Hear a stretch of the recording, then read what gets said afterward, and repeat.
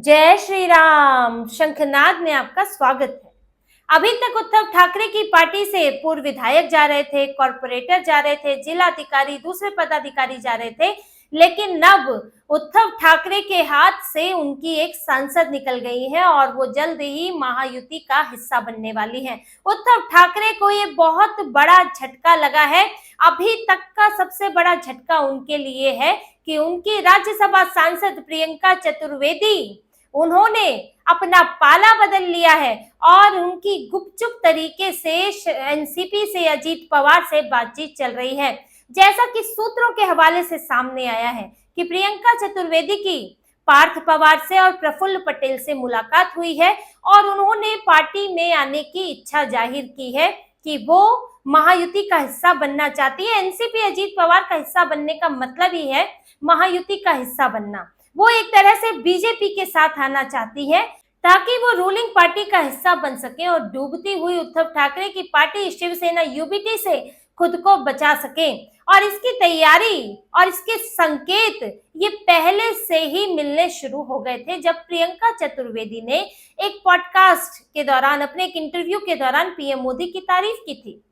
प्रियंका चतुर्वेदी जो कि यूबीटी की सांसद है और 2019 से जुड़ी हुई है, लेकिन उन्होंने उद्धव ठाकरे को जब महायुति से सीधी सीधी चुनौती मिल रही है तो वो पीएम मोदी की तारीफ कर रही थी। उनसे सवाल पूछा गया था कि आपके जो है फेवरेट राजनेता कौन है, राजनीतिक स्तर पर आप किसे एक बड़ा नेता मानती हैं। तो उन्होंने कहा कि अगर आप राजनीतिक स्तर पर देखें तो पीएम मोदी एक ग्रेट लीडर है। ये उनके शब्द थे कि पीएम मोदी ग्रेटेस्ट लीडर है, क्योंकि अब यहाँ पर 3 बार वो सत्ता में आए हैं, सीटें कम आई हैं भले ही, लेकिन सत्ता में तो आए हैं। प्रियंका चतुर्वेदी ये सब बातें इंटरव्यू में कह रही हैं और उन्होंने ये तक कहा कि पीएम मोदी की अपील भी है लोगों के बीच में, महिलाओं के बीच में, युवाओं के बीच में। और 3 बार सत्ता में आना आसान नहीं होता, भले ही सीटें कम आई हैं, लेकिन अल्टीमेटली आप सत्ता में हैं।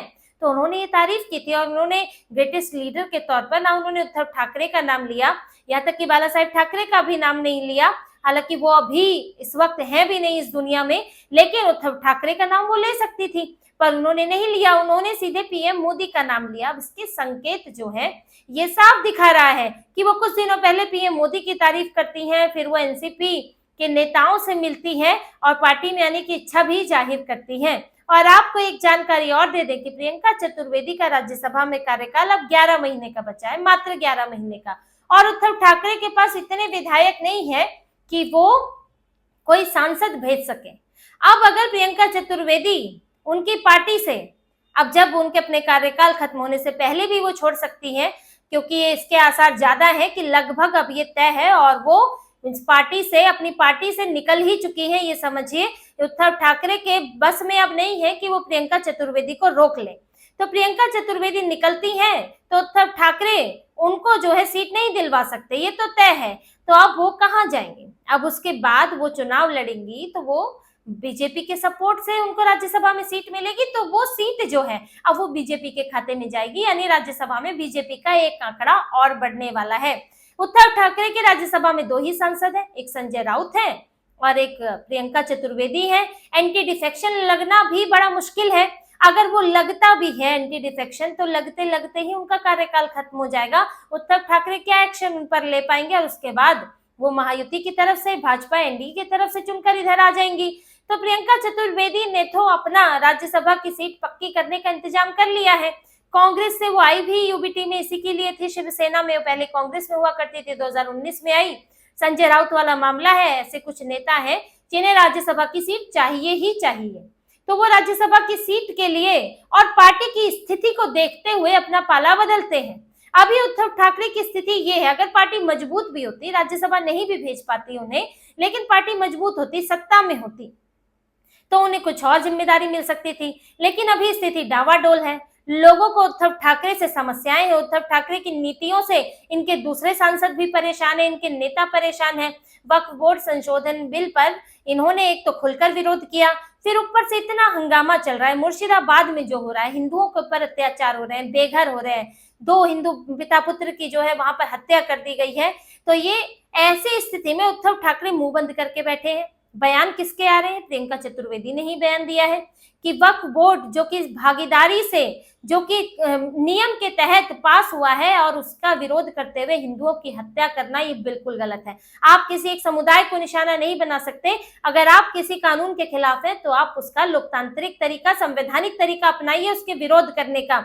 उन्होंने हिंदुओं की हत्याओं पर, एक समुदाय को निशाना बनाने पर उन्होंने ट्वीट किया, प्रियंका चतुर्वेदी ने, और इस पर उद्धव ठाकरे और आदित्य ठाकरे ने चुप्पी साधी हुई है, निष्क्रिय बैठी हुई है पार्टी। और जब से विरोध किया है उसके बाद से चुप्पी साध ली है कि अब अगर और ज्यादा बोलेंगे तो और ज्यादा पर्दाफाश हो जाएगा। हालांकि लोगों ने उनकी हकीकत देख ली है और इनके सांसदों ने भी देख ली है। अभी तो ये शुरुआत हुई है। प्रियंका चतुर्वेदी को भले ही एक राज्यसभा सीट का मामला तो बनता है, लेकिन फिर भी पार्टी की खस्ता हाल भी इसके पीछे जिम्मेदार है कि उद्धव ठाकरे की नीतियों से जो परेशानियां पैदा हुई हैं, उससे अब इनके सांसदों में, विधायकों में इनके ऊपर भरोसा नहीं रह गया है। इसीलिए उद्धव ठाकरे के करीब 5-6 सांसद भी बगावत की तैयारी में बैठे हुए हैं।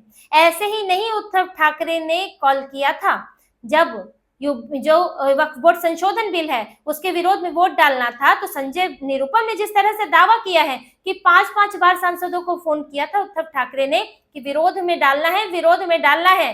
सिर्फ 2 लोगों को फोन नहीं किया था, अरविंद सावंत को और अनिल देसाई को। बाकी सभी सांसदों ने उनको फोन किया था। संजय पाटिल तो ऐसे सांसद हैं उनके जो कि एकनाथ शिंदे की पार्टियों में जाया करते हैं, और इसके अलावा कुछ और कार्यक्रमों में भी इनके सांसद गायब थे। फिर परेड कराई गई थी कि सब साथ है कि नहीं। तो 5-6 सांसद तो पहले ही नाराज इनके नजर आ रहे हैं। अब जब दबाव रहता है, विप रहता है, और फिर दूसरे ऑप्शन भी अभी इतने आसान नहीं है, तो फिर आपको पार्टी के पक्ष में तो करना ही पड़ता है, उद्धव ठाकरे के अनुसार करना ही पड़ेगा। लेकिन उद्धव ठाकरे की पार्टी फिर से टूटने के कगार पर पहुंच गई है, टूटती जा रही है उद्धव ठाकरे की पार्टी। यही हुआ था जब एकनाथ शिंदे गए थे, उसमें एक मुश्त इनके 40 नेता चले गए थे। लेकिन जब से विधानसभा चुनाव हुआ है, उसके नतीजे आए हैं, तो तब से लेकर अभी तक इन 4-5 महीनों के दौरान उद्धव ठाकरे की पार्टी के 40 से ज्यादा नेता तो अपने आप ही जा चुके हैं। पहले तो विधायक गए थे एकनाथ शिंदे के साथ, लेकिन अब तो इनके नेता जा चुके हैं। सांसद जो है बगावत की तैयारी में है, इनके कार्यक्रमों में नहीं आते, इनके अनुसार, इनकी नीतियों के अनुसार चलना नहीं चाहते, और इनको बार बार चेतावनी दी जा चुकी है।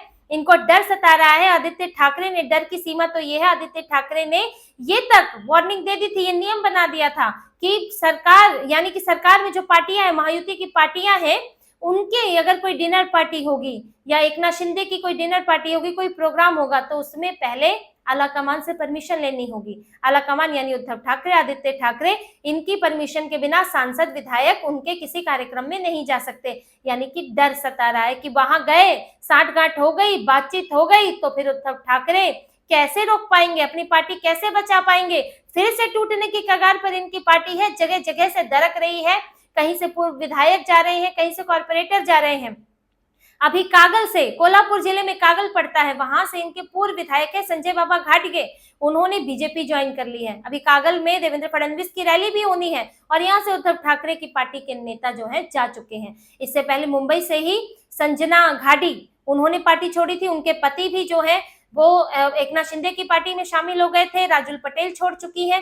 तो उद्धव ठाकरे के लिए मुंबई भी मुश्किल होता जा रहा है। कौन सा इलाका है जहां से उद्धव ठाकरे के नेता पार्टी छोड़कर नहीं जा रहे हैं? इतने अनगिनत तरीके से कि पार्टी के नेता जा रहे हैं, पदाधिकारी जा रहे हैं, कार्यकर्ता जा रहे हैं। एक नेता जाता है तो अपने साथ कार्यकर्ताओं की भीड़ लेकर जाता है, वो सिर्फ एक नेता नहीं होता है। और इसकी वजह से पार्टी में जमीनी स्तर पर आपके लिए काम करने वाले लोगों की कमी हो जाती है। तो उद्धव ठाकरे के लिए यही संकट हो रहा है कि पार्टी दरक रही है, उसका आधार खिसक रहा है। आप सिर्फ मातोश्री में बैठकर नेता बने नहीं रह सकते हैं, आपको नीचे से सपोर्ट चाहिए। खोखली जमीन लेकर क्या करेंगे?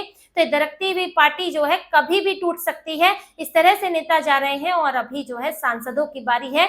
शुरुआत हो चुकी है, प्रियंका चतुर्वेदी अपना ठिकाना ढूंढ रही है। संजय राउत का भी कार्यकाल अभी बाकी है, संजय राउत को भी जरूरत होगी।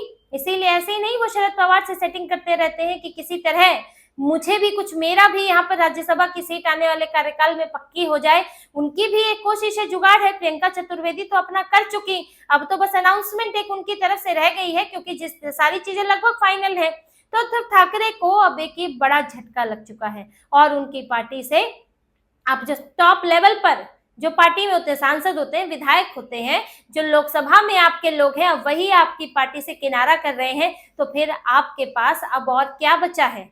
अब यहाँ से सांसद अगर इनके 9 सांसद जो हैं लोकसभा में हैं, अगर इनके 5 सांसद वहां से 6 सांसद उनके नाराज चल रहे हैं, तो एंटी डिफेक्शन लगाना भी मुश्किल हो जाएगा। और ये समझिए कि जो देरी हो रही है ये लगभग इसीलिए है कि एंटी डिफेक्शन का कानून रोककर बैठता है, वो नियम है, वो सभी पार्टियों के लिए है, वरना तो सांसद इनके साइड हो जाते।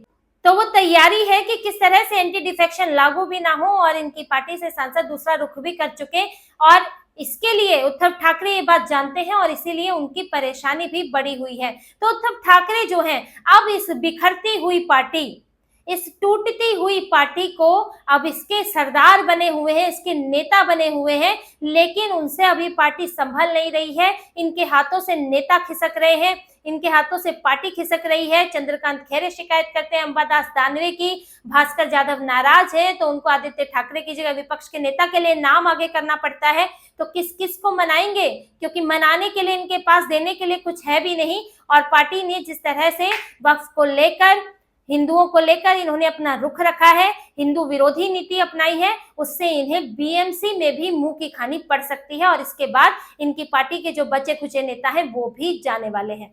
तो इसी तरह की और खबरें और विश्लेषण आपके लिए लाते रहेंगे। हमसे जुड़े रहिए, सब्सक्राइब कीजिए, कमेंट कीजिए। बहुत बहुत धन्यवाद। जय श्री राम।